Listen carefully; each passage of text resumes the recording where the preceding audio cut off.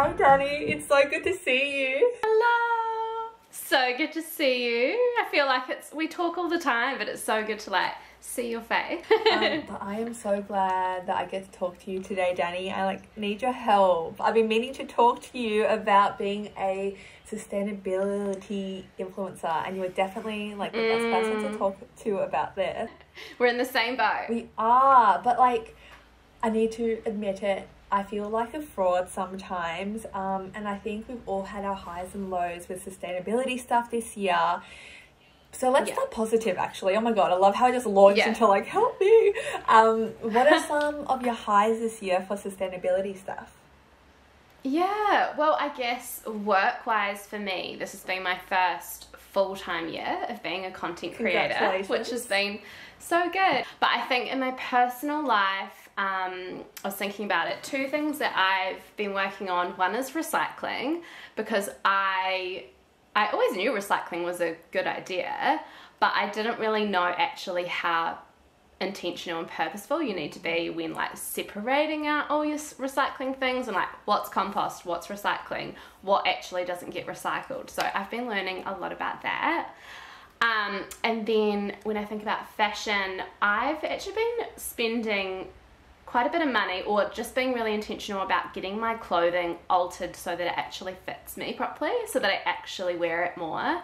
Because I've got quite short legs, often I won't wear a lot of my pants, or things just look weird on me. So yeah, that's kind of what I've been focusing on. I love that. What about you? That's so good to hear. That's quite inspiring for me. That's maybe my 2022 goals.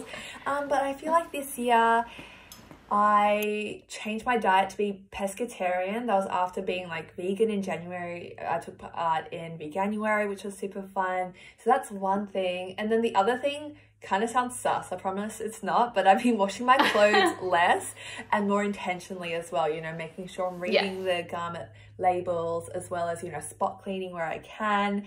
So I'm not smelly, but I am being more sustainable there. But yeah, the reason I'm talking to you today, because I feel like I've had a few lows as well this year. So for instance, this is the first year I've really gone back into buying a lot of takeaway coffees. That started throughout the pandemic when they didn't allow reusable cups.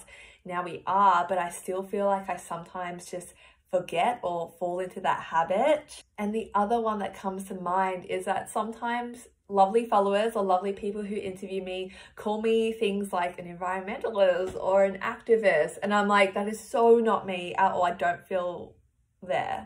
Yeah, I'm actually the same. I definitely get a lot of imposter syndrome. So my whole job is to be an ethical and sustainable influencer, but so many of the people that follow me know way more than me, and they're teaching me a lot, and I mean, some of them are experts in this.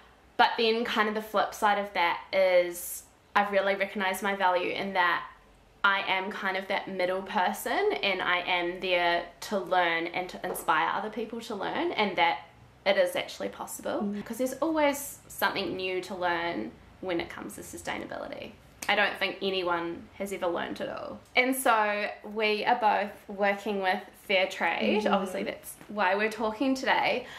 And the other thing that I feel a little bit guilty about saying is that I always thought that fair trade products wouldn't be as good as everyday normal products, but that is a myth. They are actually so amazing. I now have fair trade coffee, that's all I use. I only will eat ethical or fair trade chocolate. It's delicious. There's so many good fair trade products out there. Oh my god, I need to ask you, do you have this chocolate in New Zealand? Oh, I haven't seen it. Okay, well, let's do a Google after this, because it's fair trade chocolate, and I was literally just eating it before I jumped on the call with you. Oh, my new what's the name of it? Addiction. Mosa Roth. I'm sure people watching this will be like, where have you been? It's amazing. I know. I am so glad that we get to work with fair trade. One, the products taste great, like you said, but I feel like I always knew what fair trade was kinda at the back of my mind. I was like, oh, it's that company that's great for workers, and you can spot their products from the little mark on the little labels on their products. but they do so much, don't they? Yeah, I've written down some things that I think would be great to tell you about. So, fair trade is all about fair pay, which obviously is something that is really important to you and I. Gender equality, no child labour. So there's that kind of ethical people side of things. And then there's also caring for the environment. So with their farmers, they are teaching them about adapting to climate change, reducing their greenhouse gases, avoiding deforestation with the soil. So they want to increase soil fertility and then tackle soil erosion, and then reducing water wastage.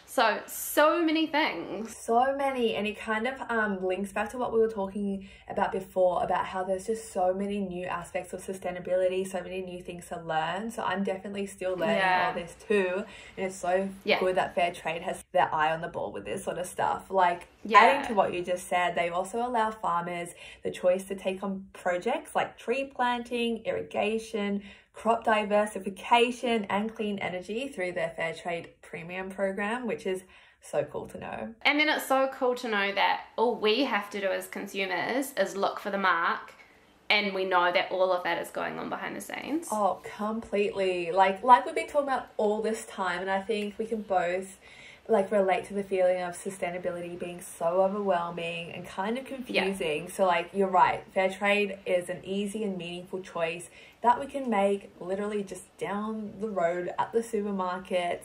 And it honestly makes you feel good about yourself a little bit as well, gotta say. Totally.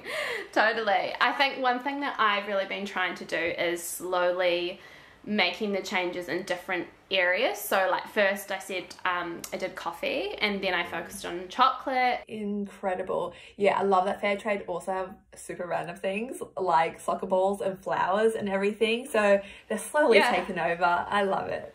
They are. It's so good. Thank you so much for this chat, Danni. You've honestly made me feel so much better. Absolutely. It's been so good, and I can't wait to see what you're doing with fair trade in the next year. Yes, you too. Talk to you later. Cool. Thank you. Bye. See ya.